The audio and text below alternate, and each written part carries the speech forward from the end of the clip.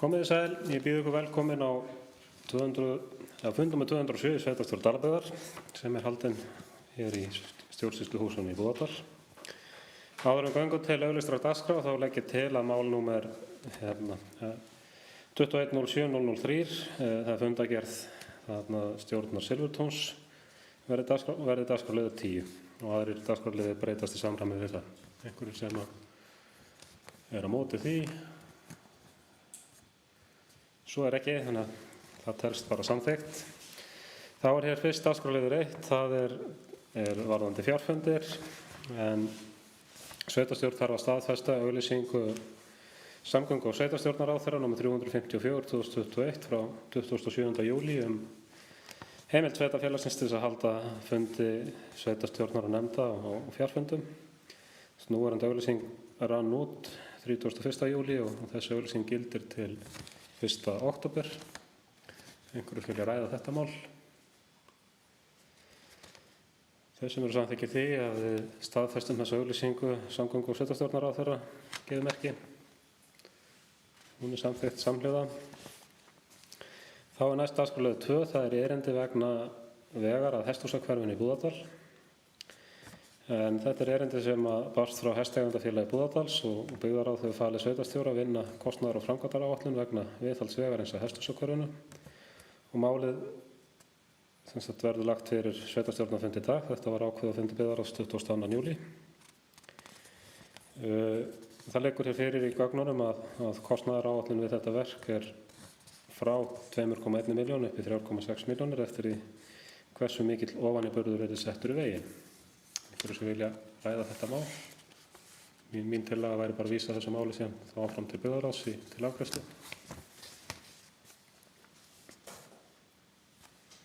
Það kveður sér engin hljóðs, þessum bara samþykki því að vísa þessu máli og þessari kostnaðaráætlun til byggðarráðs gefið merki.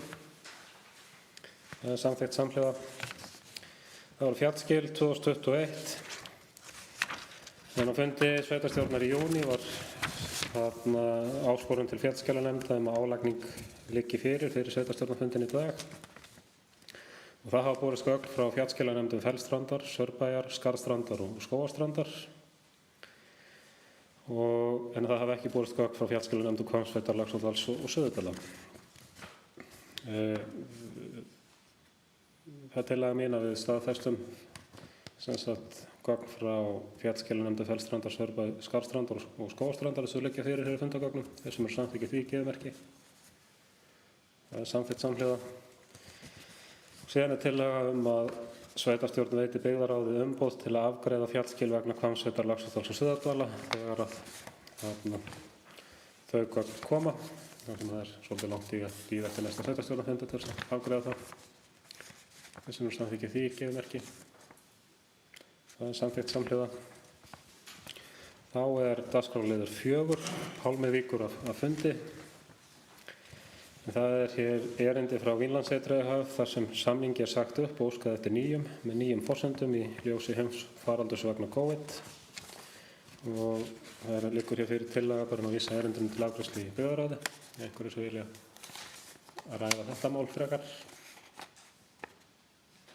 Það kveður sér engin hljóðs. Þeir sem eru samþykkir því að vísa þessu máli til byggðarráðs gefið merki. Það er samþykkt samhliða. Þá má Pálmi koma aftur inn á fund.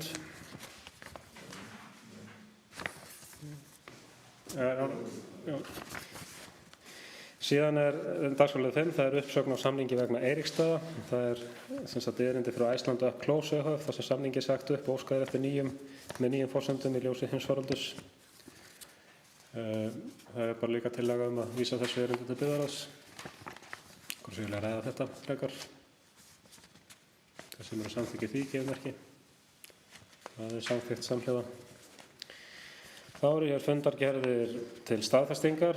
Það er þá fyrst fundargerð byggðarráðs, fundur nr. 270. Einhverjir vilja ræða þá fundargerð sérstaklega. Það kveður sér engin hljóðs, þeir sem geta staðfest fundargerðina gefið merki. Hún er samþykkt samhliða. Þá er dagskrárliður 7, það er fundargerð byggðarráðs nr. 271. Einhverjir vilja ræða hana. Það kveður sér engin hljóðs, þeir sem geta staðfest fundargerð gefið merki. Hún samþykkt samhliða. Þá dagskrárliður 8. Það er fundargerð byggðarráðs, fundur númer 272. Einhverju sem vilja ræða þá. Fundargerð sérstaklega. Það kveður sér engin hljóðs. Þau sem geta staðfest á fundargerð geðmerki. Hún samþykkt samhliða. Þá dagskrárliður 9. Það er fundargerð byggðarráðs, fundur númer 273. Einhverju sem vilja ræða þá fundargerð. Kristján.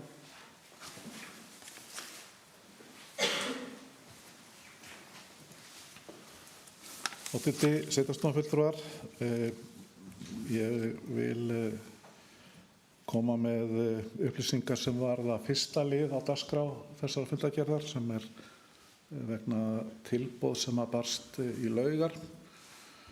Byggðarráð fól mér að ræða við fasteignasalann út frá þeim umræðum sem fóru fram á fundi byggðarráðs og sem að ég gerði. Það voru hlutir sem að snéru að ýmsum stílmálum í tilboðinu og sem að ég get ekki farið út í hér en þið þekkið tilboðið sem er trúnaðarmál. En staðan á þessu er þá sú að tilboðsgjafi hann sem sagt fékk þessar upplýsingar og er raunverulega núna bara að skoða sín mál hvort hann komi tilbaka til okkar með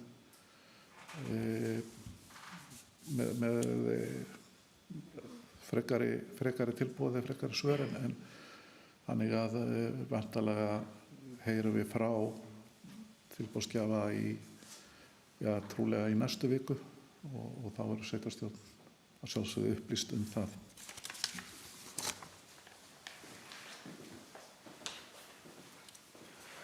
Takk fyrir þetta, Kristján. Fleiri sem vilja taka til máls varðandi fundargerð byggðarráðs. Það kveður sér engin hljóðs. Þeir sem geta staðfest þessa fundargerð geðmerki. Hún samþykkt samhliða. Þá fundargerð stjórnar dvalar- og hjúkrunarheimilis Silfurtúns. Það fundur sem var haldinn í gær, fundur númer 48. Hvers vilja ræða þá fundargerð sérstaklega? Ragnar.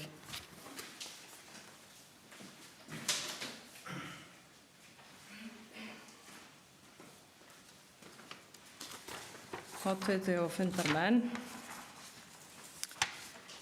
Staðan á rekstri hjúkrunarheimila er erfið og ómögulegt fyrir minni rekstrareiningar að standa straum af kostnaði. Alþingi samþykkti tímabundna hækkun daggjalda til hjúkrunarheimila í júní síðastliðinn og var skilyrði fyrir hækkuninni að rekstraraðilar hjúkrunarheimilanna samþykkti 2 mánaða framlengingu þjónustusamninga þannig að samningar gildi til lok febrúar 2022. Silfurtún gekk að þessum samningum þó að það leysi ekki rekstravanda heimilisins. Þá hefur stytting vinnuvikunar aukið á rekstravandan og að óbreyttu stefnir rekstur Silfurtúns í 16 milljón króna halla umfram áætlun í árslok. Hjúkrunarþyngd jókst verulega framan af sumri á Silfurtúni og var því mætt með því að auka tímabundið við á vöktum. Þá hefur nýting á rýmum ekki verið fullnýtt vegna álags hjúkrunarþyngdar en stefnt er á 13 rými í haust að hvíldarinnlögnum meðtöldum. Það hefur borið á því víðar en hér að aðstandendur íbúa hjúkrunar- og dvalarheimila gagnrýni hjúkrunarforstjóra fyrir heimsóknar- og sóttvarnareglur tengdar COVID-19. Mér langar að nota tækifærið og upplýsa að heimsóknar- og sóttvarnareglur eru upprunnar frá sóttvarnayfirvöldum og félagi fyrirtækja í velferðarþjónustu. Hjúkrunarforstjórar heimilina heimfæra reglurnar yfir á hvert heimili fyrir sig með tilliti til þess hvernig húsnæðið er á hverjum stað. Takk. Takk fyrir þetta, Ragnar. Kristján. Ragnar hefur sagt allt það sem Kristján ætlaði að segja. Einhverju fleiri sem vilja taka til máls varðandi þessa fundargerð? Þau sem geta staðfest þessa fundargerð geðmerki. Hún samþykkt samhliða. En þá eru hér mál til kynningar. Það flutningur dýrahræja en það var þetta var á fundi byggðarráðs 22. júlí og sveitarstjóra falið að undirbúa útboð og þetta útboð fari fram núna í ágúst. Þú fara yfir þetta, Kristján, gjörðu svo vel.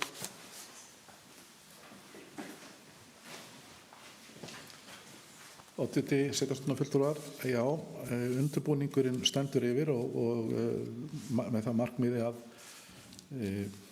útboðsskilmálar getur verið lagðir fyrir byggðaráð á fundi þessu núna 27. ágúst. Það sem að við langaði að gera grein fyrir að það sem að við erum að horfa til hvað var að breytingar frá því að þessi þjónusta var síðast boðin út er fyrst og fremst þrennt. Það er í fyrsta lagi að greiðsla til verktaka miðist við flutt magn en þá með þeim hætti að það verði greitt fyrir ákveðið lágmarksmagn á ári. Það verði sem sagt ekki miðað við ekna kílómetra eins og var í síðasta útboði. Allar þessi breyting og aðrar eru líka hugsað til þess að draga úr óvissu í þessu. En það að miða við magna, það ætti líka að geta orðið til þess að til dæmis aðilar sem eru með stærri flutningstæki gætu þá boðið hagkvæmari í þetta vegna þess að það væri þá hægt að flytja meira magn í færri ferðum. Það er heldur ekki þá hvati til að fara fleiri ferðir, heldur hvati til þess að hafa ferðirnar sem fæstar. Nú í öðru lagi að setja inn vísitölutengingu á greiðslurnar. Það var ekki og síðast og það sem að ræða samning til 3 ára, þá er það náttúrulega töluvert mikil óvissa. Og í þriðja lagi að þá þurfum við að festa skýra niður fjöldaferða og svona í þessari undirbúningsvinnu sem að, og allt þetta sem ég segi núna með fyrirvara að þetta hefur ekki verið lagt fyrir byggðaráð, er að horfa til þess hvernig þetta er gert í borgarbyggð og að festa þannig að það verði þá ferðir á tímabilinu desember til mars, að þá verði ferðir aðra hvora viku og síðan á tímabilinu apríl til nóvember verði ferðir einu sinni í viku, þó með þeim fyrirvara að jafnaði einu sinni í viku, þó með þeim fyrirvara að við vitum að í annars vegar maí og hins vegar í október þá þarf að vera meiri tíðni en síðan getur verið minni tíðni yfir hásumari, bara eftir magni. En það sem að, eins og ég sagði, við erum vonast til þess að þessar breytingar geti gerst til þess að óvissan í útboðsskilmálum sé minni heldur en kannski var síðast og vonandi þá auðveldara fyrir bjóðendur að bjóða í og að meira öryggi hvað varðar kostnað.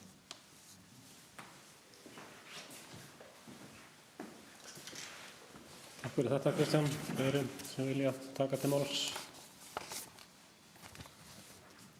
Svo er ekki, þá er dagskrárliður 12. Það er staða varðandi sorpsöfnun frá tunnustöðum. En það hefur borið á því að grenndarstöðvar, tunnustöðvar, þær hafa verið yfirfyllast og ekki náð að halda í við það magna úrgangi sem hefur borist og allavega einhverjir sveitarstjórnarmenn hafa fengið sendar myndir og ég hef fengið nokkur símtöl líka sjálfur. Orðið er laust þessa tillögu. Ég get allavega aðeins að bæta við þetta bara sjálfur. Þetta er náttúrulega hlutur sem að þarf einhvern veginn að leysa og það var alltaf að vita að þetta yrði ákveðið lærdómsferli að fara í gegnum þetta fyrsta ári breyttri sorpsöfnun. En ég vil líka bara senda út þá í raun og veru þá hvatningu til aðila að þessar tunnustöðvar þær eru ætlaðar fyrir sumarbústaðaeigendur og þá sem ekki eru með þarna gáma heima hjá sér. Og ef að menn eru með meiri úrgang en gámarnir eru að taka við þá er hægt að gera samningum að fá auka ílát. Það bætir ekkert það að ætla að fara með á grenndarstöð og yfirfylla eða skilja rusl eftir þar. Og eins hvet ég alla rekstraraðila sem að ekki hafa samning beint við Íslenska gámafélagið að gera samning þarna því að það leysir engan vanda að vera að koma með reyna að losna sorp frítt þarna. Það endar þó bara raun og veru með því að það verður kannski að hætta að vera með þessar grenndarstöðvar ef það er ekki hægt. Eða þá þarf að setja upp eftirlitsmyndavélar sem er nú hálfgert neyðarúrræði til að fylgjast með því hver er að koma með hvaða rusl. Þetta er bara svona hvatning mín til bæði rekstraraðila og þeirra sem eru með sorp. Ég veit alveg að menn eru á móti, einhverjir eru á móti þessu, en það breytir því ekkert að þetta er komið til með að vera. Gráu gámarnir koma ekki aftur. En Kristján, gjörðu svo vel.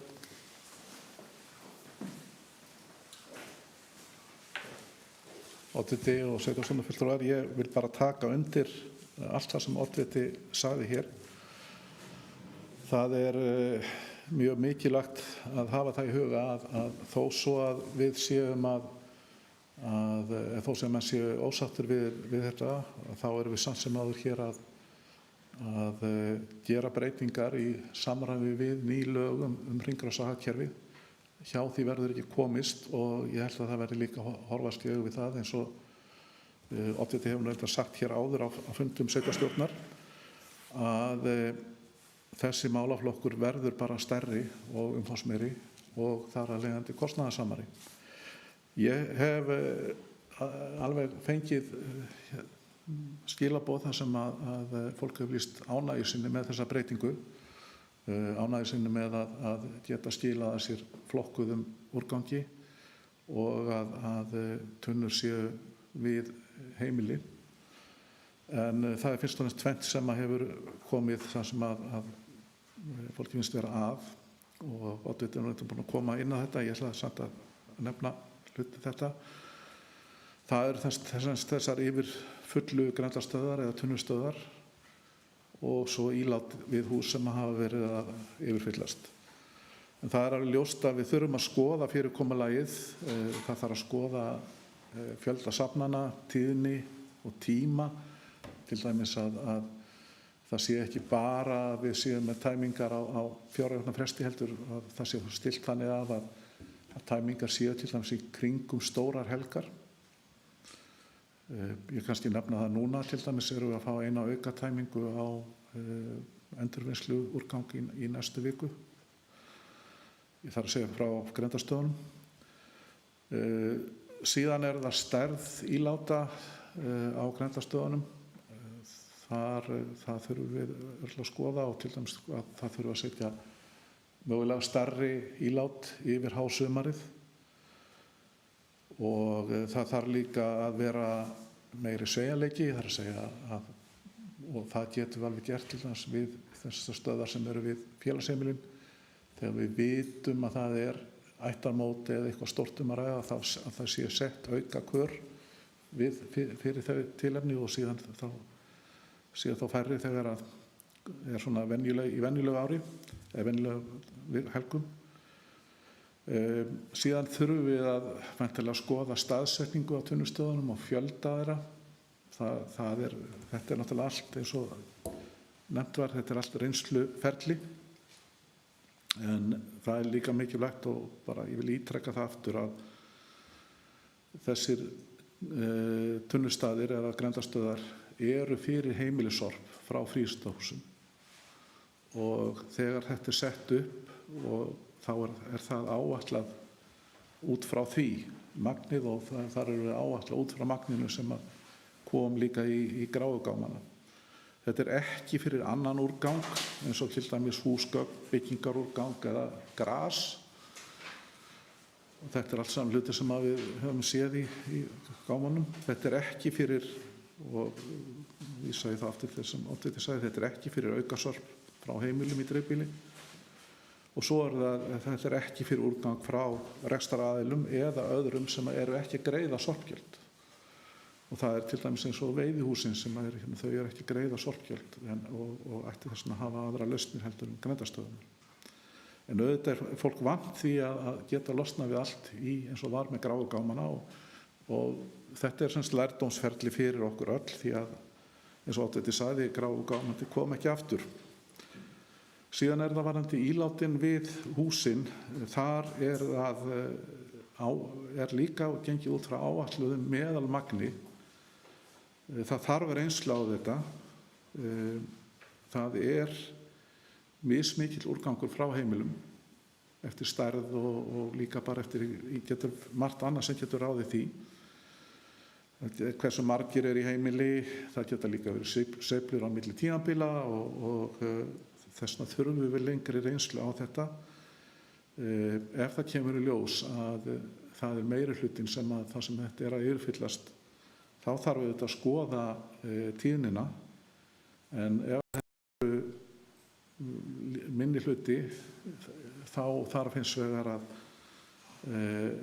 þessi lausn sem að oddviti vísaði til, sem að að fá viðbótar ílát, og það eru aðilar sem hafa þegar nýtt sér það. En ég vil líka nefna að það eru dæmi það að heimili hafa líka óskað eftir minni ílátum heldur en þessi sem að svona miðað við.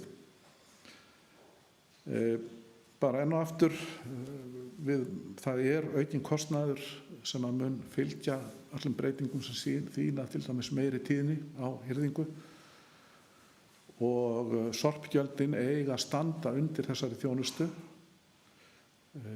Það ekki svo í dag. Sorpgjöldin ekki að standa undir þjónustu eins og í dag. Það verið að greiða með henni af skatttekjum, og það staða sem gengur ekki til lengdar, þannig við þurfum að gera þetta á eins hagkvæman hátt, en við þurfum að reyna að hafa þjónustuna sem besta, og enn og aftur við erum að læra, og vonandi náum við að gera breytingar á hagkvæman hátt sem að skila betri þjónustu með tímanum, vonandi strax á haust og næsta ári.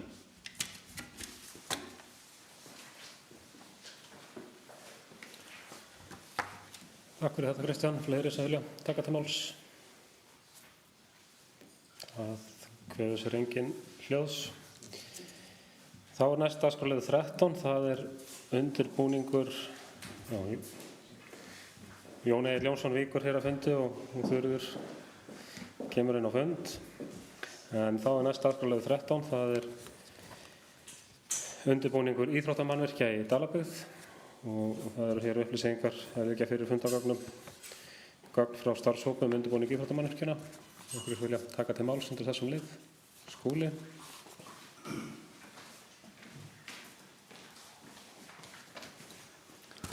Oddviti, góðir fundarmenn, ég langaði bara aðeins að stikla á stóru varðandi þetta stóra mál. Þannig að við, ég, Ragnheiður og Einar höfum hist 16 sinnum út af þessu máli og reynt að finna lausn til þess að komast að einhverju skynsamlegu til að byggja hér íþróttamannvirki í Búðardal. Upphaflega var áætlað að þetta myndi kosta 600 milljónir, eða það var fjárveitingin í það 600 milljónir, og fyrsta kostnaðaráætlun sem við fengum var rúmur milljarður. Við erum búin að sitja yfir þessu lengi og fara yfir, held ég, bara alla díteila í þessu og breyta og bæta og kannski ekki bæta. Þannig að við erum búin að sitja inn í þessar teikningar, þetta mannvirki, þá komið líkansrækta aðstæðan sem verður 100 fermetrar. Við erum búin að henda út fullt af skrifstofuhúsnæði sem átt að vera þarna, af því við höfum nóg af því annars þar. Og svo var upphaflega þannig að við ætlum að hafa yfirbyggða sundlaug, en það ekki lengur inn í okkar síðustu tillögu. Og í þessu ferli öllu hefur við lækkað kostnað eða kostnaðaráætlun 240 milljónir, sem ég held að sé nú bara nokkuð gott, en við þurfum samt ennþá miðað við fjárhagsáætlunina að lækka þetta 200 milljónir viðbót. Og eina leiðin til þess að vera nú vissum að við séum á réttri leið, það það að við leggjum til eftir síðasta fund að fara bara í alútboð, þá sjáum við raunverulega hvað svona mannvirki kostar. Því að það endalaust hægt að búa til einhverjar áætlanir og maður veit ekki hvað það enda. Það geta líka þessi síðasta sem upp á 850 milljónir. Það svona kostnaðaráætlun og hún gæti líka farið upp í 1220. Hún geti líka farið niður í 700. Þannig að það væri náttúrulega óskastaða. Við erum komið þarna með 100 milljónir í viðbót kannski niður,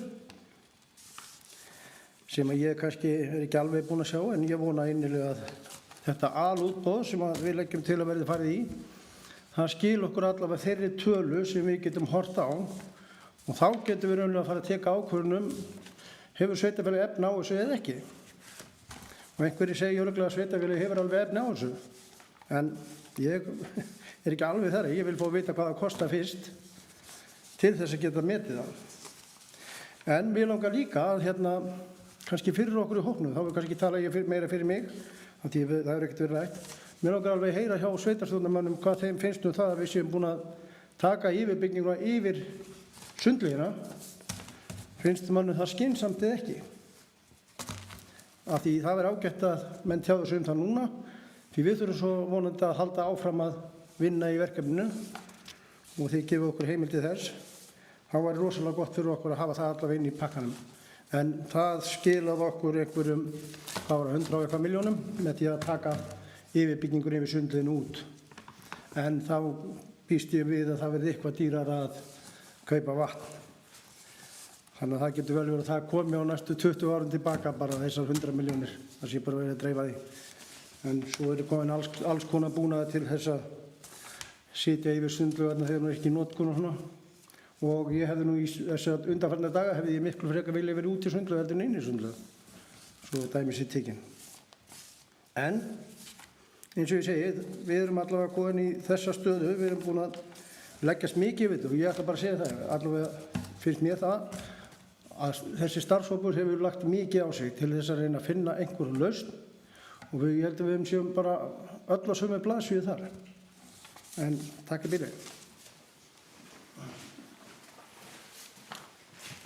Fleiri sem vilja taka til máls?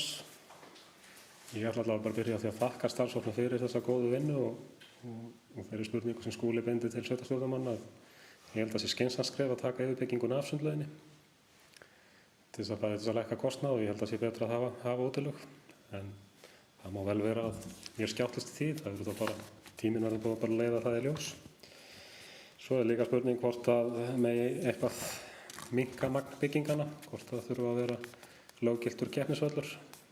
Ég sé ekki fyrir mér að það veri kannski keppt á löggiltum keppnisvelli hér í Búðardal. Og hver veit hvaða reglur verða til löggilts keppnisvallar eftir 10 ár eða 15 ár með þessar reglur sem eru í dag og kannski það er einhver kostnaður sem má ná með því, en orðið er laust. Kristján?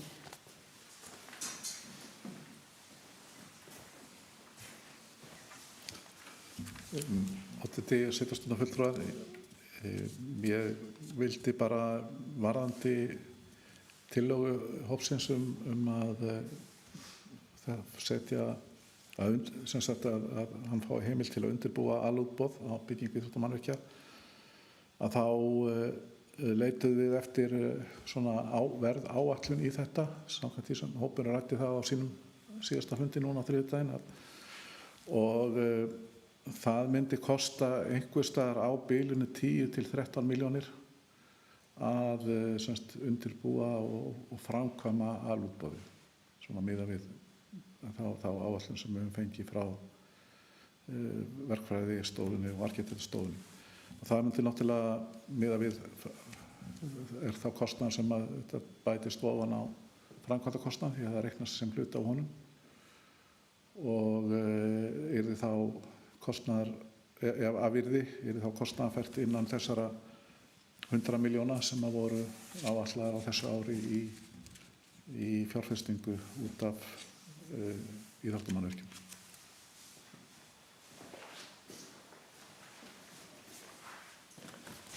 Fleiri sem vilja taka til máls?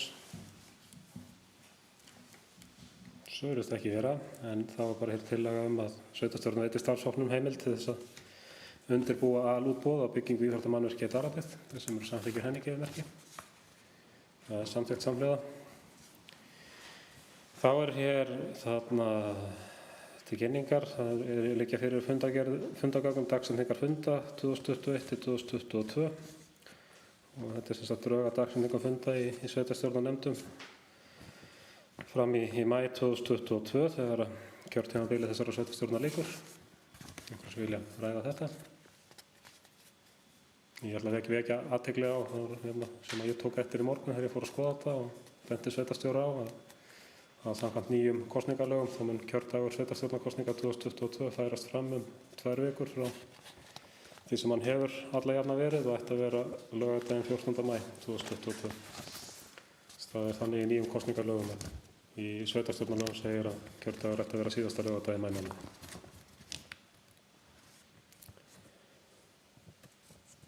Þá er dagskrárliður 15, það er viðbrögð Dalabyggðar vegna heimsfaraldurs vegna COVID. Það bara liggur hér fyrir fundagögn og minnisblað, einhverjir vilja ræða það. Og dagskrárliður 16, það er skýrsla frá sveitarstjóra. Það liggur hér fyrir bara fundagögn og minnisblað og stóra sveitarstjóra frá síðasta fundi. Og þá er dagskrárfundarins tæmd og næsti reglulegi fundur sveitarstjórnar er annan fimmtudag í september sem ég held að sé 9. september. Ég er ekki alveg með það hreinu, ég þarf að fara í símat svo. En við munum yfirfara fundagerð hérna eftir og staðfest hana en ég legg bara til að upptaka verður stöðuð og við förum að ganga frá fundagerð.